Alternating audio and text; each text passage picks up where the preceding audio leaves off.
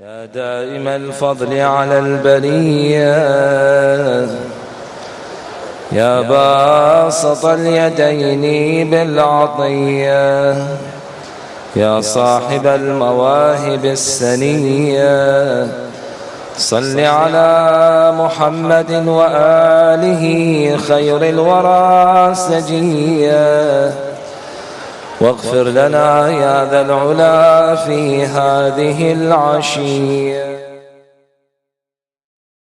اللهم إني أسألك برحمتك التي وسعت كل شيء، وبقوتك التي قهرت بها كل شيء، وخضع لها كل شيء، وذل لها كل شيء، وبجبروتك التي غلبت بها كل شيء، وبعزتك التي لا يقوم لها شيء، وبعظمتك التي ملأت كل شيء، وبسلطانك الذي على كل شيء، وبوجهك الباقي بعد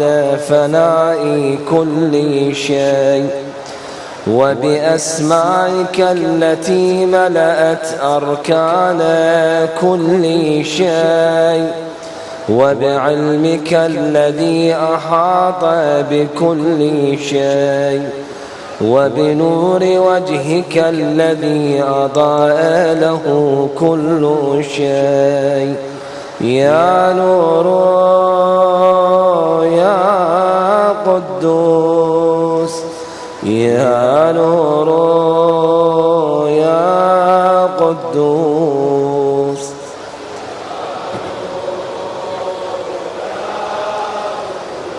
يا أول الأولين ويا آخر الآخرين، اللهم اغفر لي الذنوب التي تهتك العصام، اللهم اغفر لي الذنوب التي تنزل النقام، اللهم اغفر لي الذنوب التي تغير النعام، اللهم اغفر لي الذنوب التي تحبس الدعاء، اللهم اغفر لي الذنوب التي تنزل البلاء، اللهم اغفر لي كل ذنب أذنبته وكل خطيئة أخطأتها، اللهم إني أتقرب إليك بذكرك وأستشفع بك إلى نفسك، وأسألك بجودك أن تدنيني من قربك، وأن توزعني شكرك، وأن تلهمني ذكرك. اللهم إني أسألك سؤال خاضع متذلل خاشع، أن تسامحني وترحمني وتجعلني بقسمك راضيا قانعا، وفي جميع الأحوال متواضعا. اللهم وأسألك سؤال من اشتدت فاقته وأنزل بك عند الشدائد حاجته، وعظم فيما عندك رغبته. اللهم عظم سلطانك وعلى مكانك، وخفي مكرك، وظهر أمرك، وغلب قهرك، وجرت قدرتك، ولا يمكن الفرار من حكومتك. اللهم لا أجد لذنوبي غافرا ولا لقبائحي ساترا ولا لشيء من عملي القبيح بالحسن مبدلا غيرك. لا إله إلا أنت سبحانك وبحمدك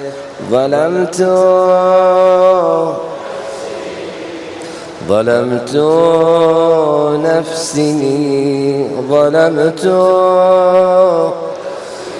وتجرأت بجهلي وسكنت إلى قديم ذكرك لي ومنك علي. اللهم مولاي كم من قبيح سترته وكم من فادح من البلاء أقلته وكم من عثار وقيته وكم من مكروه دفعته وكم من ثناء جميل لست أهلا له نشرته. اللهم عظم بلائي وأفرط بي سوحاني وقصرت بي أعمالي وقعدت بي أغلالي وحبسني عن نفعي بعد آمالي وخدعتني الدنيا بغرورها ونفسي بجنايتها ومطالي يا سيدي فأسألك بعزتك ألا يحجب عنك دعائي سوء عملي وفعالي ولا تفضحني بخفي ما اطلعت عليه من سري ولا تعاجلني بالعقوبة على ما عملته في خلواتي من سوء فعلي وإساءتي ودوام تفريطي وجهالتي وكثرة شهواتي وغفلتي وكن اللهم بعزتك لي في كل الأحوال رؤوفا وعلي في جميع الأمور عطوفا. إلهي وربي من لي غيرك أسأله كشف ضري والنظر في أمري. إلهي ومولاي أجريت علي حكما اتبعت فيه هوى نفسي ولم أحترس فيه من تزيين عدوي فغرني بما أهوى وأسعده على ذلك القضاء فتجاوزت بما جرى علي من ذلك بعض حدودك وخالفت بعض أوامرك فلك الحمد علي في جميع ذلك ولا حجة لي فيما جرى علي فيه قضاؤك وألزمني حكمك وبلاؤك وقد أتيتك يا إلهي بعد تقصيري وإسرافي على نفسي معتذرا نادما منكسرا مستغفرا منيبا مقرا مذعنا معترفا لا أجد مفرا مما كان مني ولا مفزعا أتوجه إليه في أمري غير قبولك عذري وإدخالك إياي في سعة من رحمتك. اللهم فاقبل عذري وارحم شدة ضري وفكني من شدي وثاقي. يا رب ارحم ضعف بدني، يا رب ارحم ضعف بدني.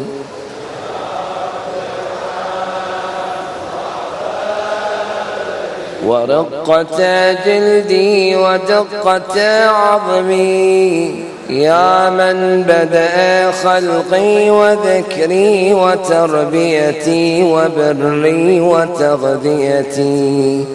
هبني لابتداء كرمك وسالفي برك بي، يا إلهي وسيدي وربي.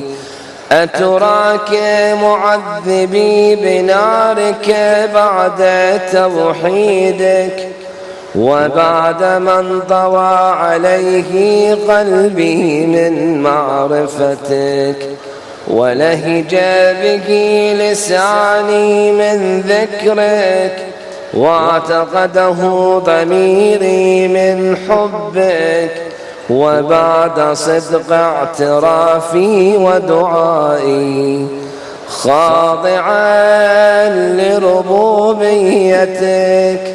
هيهات أنت أكرم من أن تضيع من ربيته أو تبعد من أدنيته أو تشرد من آويته أو تسلم إلى البلاء من كفيته ورحمته. وليت شعري يا سيدي وإلهي ومولاي أتسلط النار على وجوه خرت لعظمتك ساجدا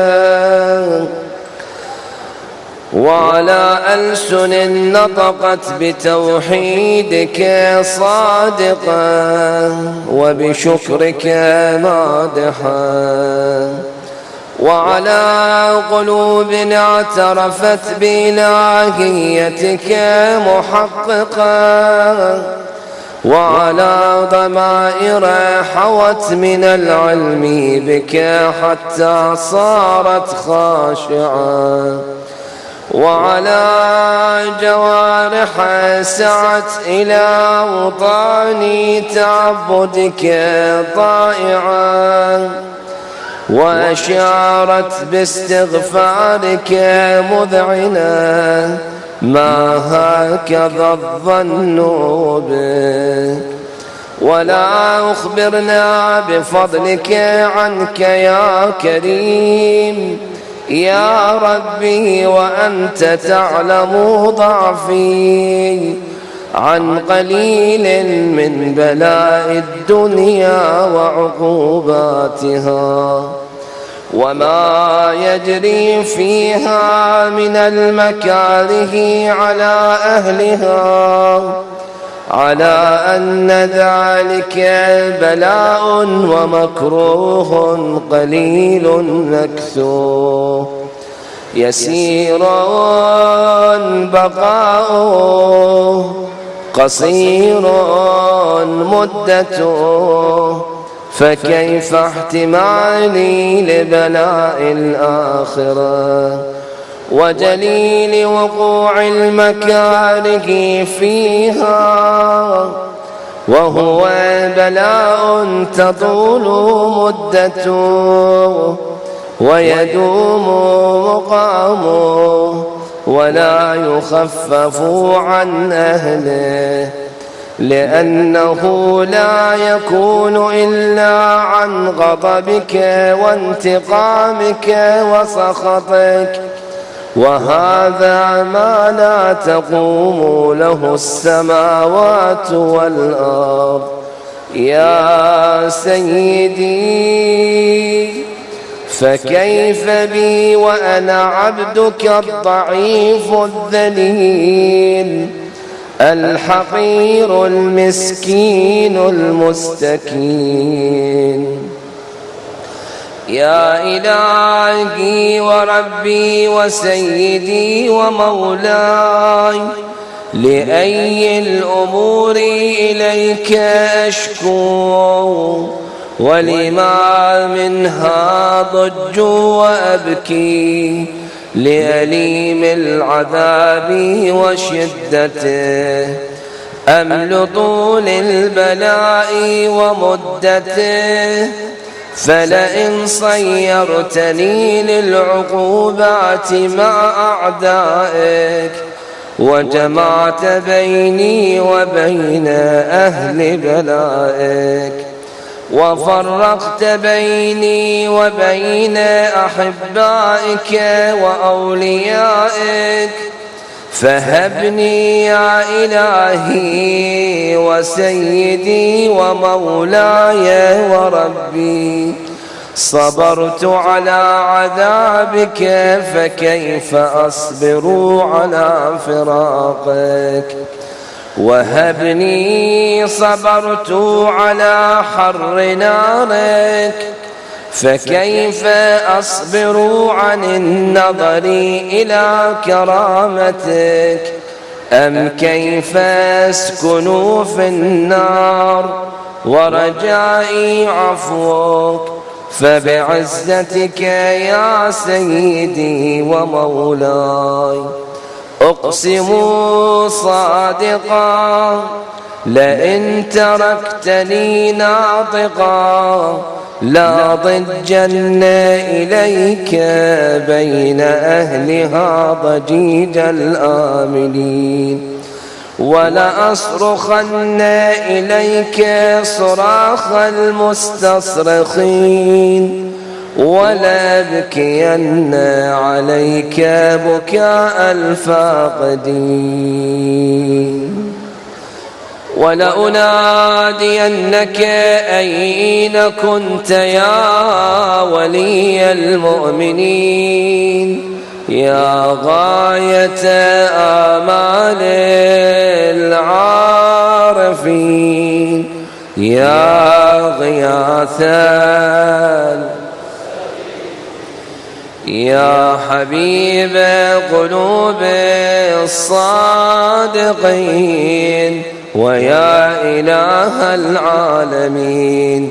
أفتراك سبحانك يا إلهي وبحمدك تسمع فيها صوت عبد مسلم سجن فيها بمخالفته، وذاق طعم عذابها بمعصيته، وحبس بين أطباقها بجرمه وجريرته، وهو يضج إليك ضجيج مؤمن لرحمتك، ويناديك بلسان أهل توحيدك، ويتوسل إليك بربوبيتك يا مولاي.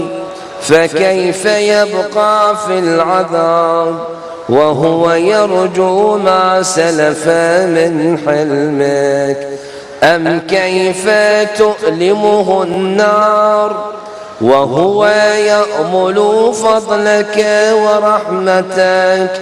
أم كيف يحرقه لهيبها وأنت تسمع صوته وترى مكانه؟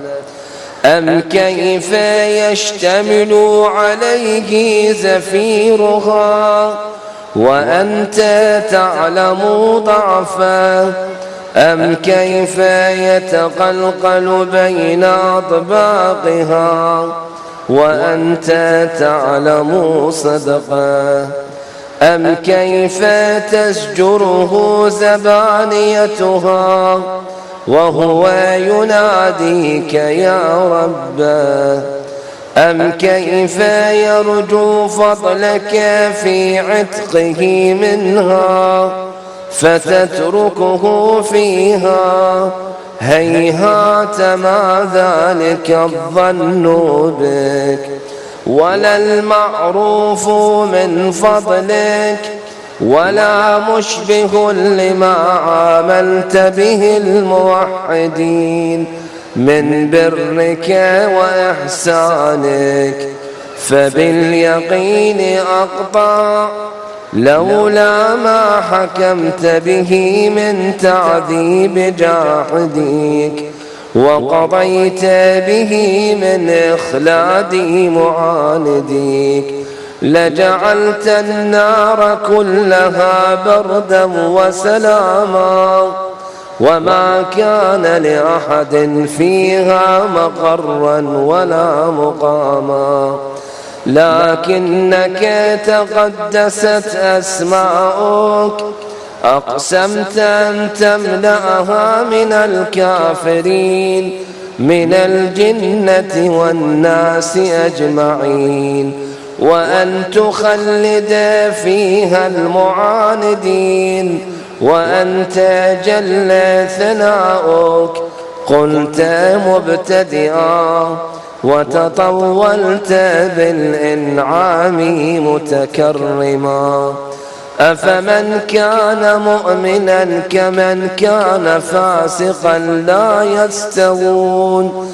إلهي وسيدي، فأسألك بالقدرة التي قدرتها،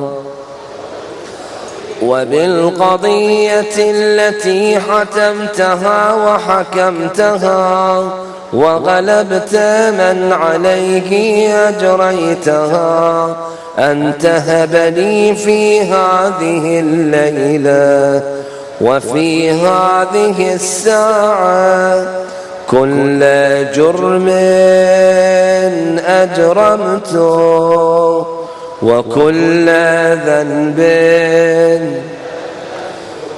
وكل قبيح أسررته، وكل جهل عملته، كتمته أو أعلنته، أخفيته أو أظهرته، وكل سيئة أمرت بإثباتها الكرام الذين وكلتهم بحفظ ما يكون مني، وجعلتهم شهودا علي مع جوارحي، وكنت أنت الرقيب علي من ورائهم، والشاهد لما خفي عنهم، وبرحمتك أخفيت، وبفضلك سترت، وأن توفر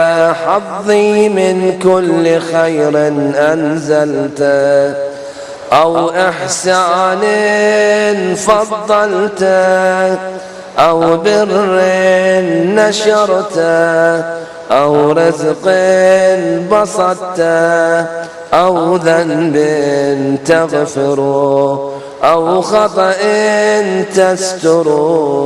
يا ربي يا ربي يا رب،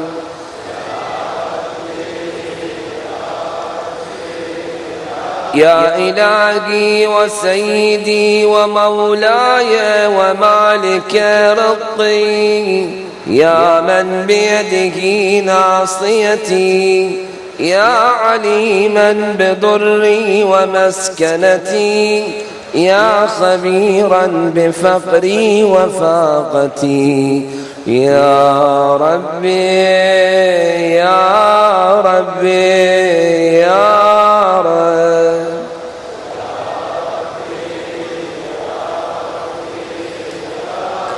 أسألك بحقك وقدسك وأعظم صفاتك وأسمائك أن تجعل أوقاتي من الليل والنهار بذكرك معمورة وبخدمتك موصولة وأعمالي عندك مقبولة، حتى تكون أعمالي وأورادي كلها وردا واحدا، وحالي في خدمتك سرمدا.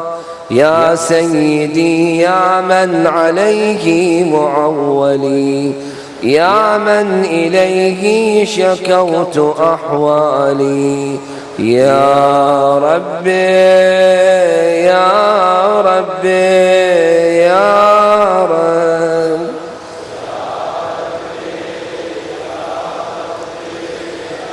قو على خدمتك جوارحي، واشدد على العزيمة جوانحي، وهب لي الجد في خشيتك والدوام في الاتصال بخدمتك، حتى أسرح إليك في ميادين السابقين، وأسرع إليك في البارزين، وأشتاق إلى قربك في المشتاقين، وأدنو منك دنو المخلصين، وأخافك مخافة الموقنين، وأجتمع في جوارك مع المؤمنين.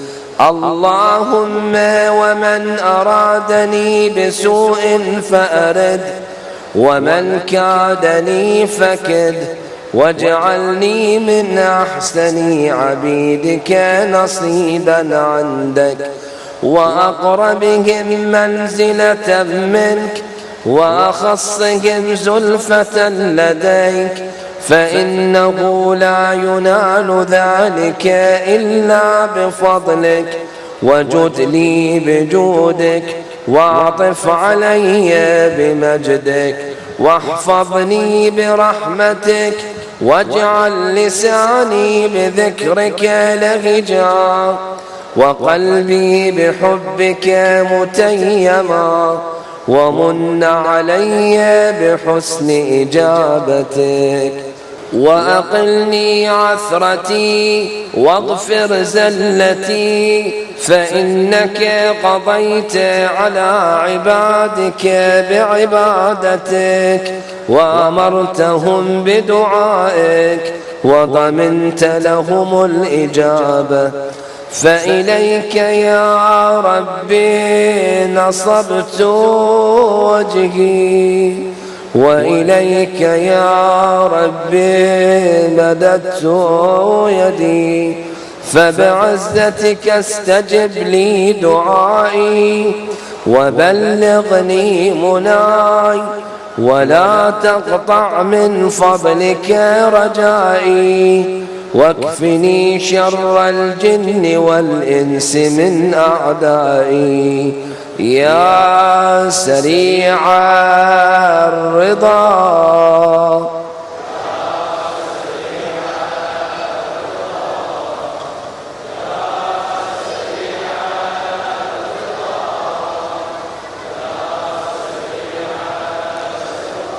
اغفر لمن لا يملك إلا الدعاء، فإنك فعال لما تشاء، يا من اسمه دواء، وذكره شفاء، وطاعته غنى.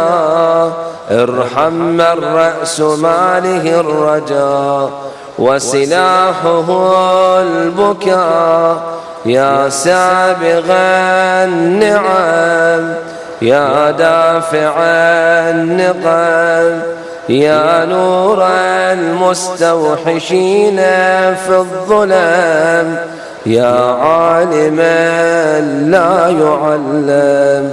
صل على محمد وآل محمد، وافعل بي ما أنت أهله. وصلى الله على رسوله والأئمة الميامين من آله، وسلم تسليما كثيرا.